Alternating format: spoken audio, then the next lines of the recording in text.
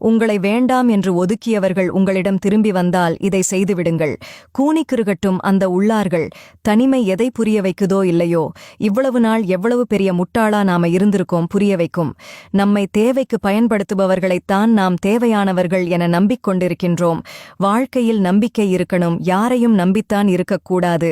உங்களை வேண்டாம் என்று விலகியவர் திரும்பி வரும்போது திரும்பி கூட பார்க்காமல் செல்லும் அளவிற்கு மனதைரியமும் திமிரும் இருக்க வேண்டும். உங்களுக்கு உரிமை உண்டு என எண்ணினாலும் நமக்கு மரியாதை இல்லை என தெரியும் போது ஒதுங்கி இருப்பதுதானே நல்லது. ஒதுங்கியே இருங்கள். வாழ்வில் சிறந்த மாற்றம் வரும். 1000 பேரை கூட எதிர்த்து நில்லுங்கள், பரவாயில்லை. ஆனால் எப்போதும் ஒருவரை கூட எதிர்பார்த்து நிற்காதீர்கள். நினைக்காத பொழுதுகளில் ஏமாற்றம் தந்து விடுவார்கள். யாரிடமும் உங்கள் வலியை பகிர்ந்து கொள்ள நினைக்காதீர்கள்.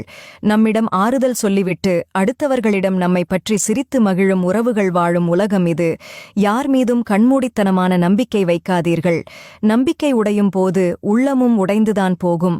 உங்களை விட்டுச் சென்றவர் திரும்பி வரலாம், ஆனால் திருந்தித்தான் வருகிறார் என்று ஒருபோதும் நம்பிவிடாதே. மீண்டும் ஒரு ஏமாற்றத்தை உன் மனது தாங்காது.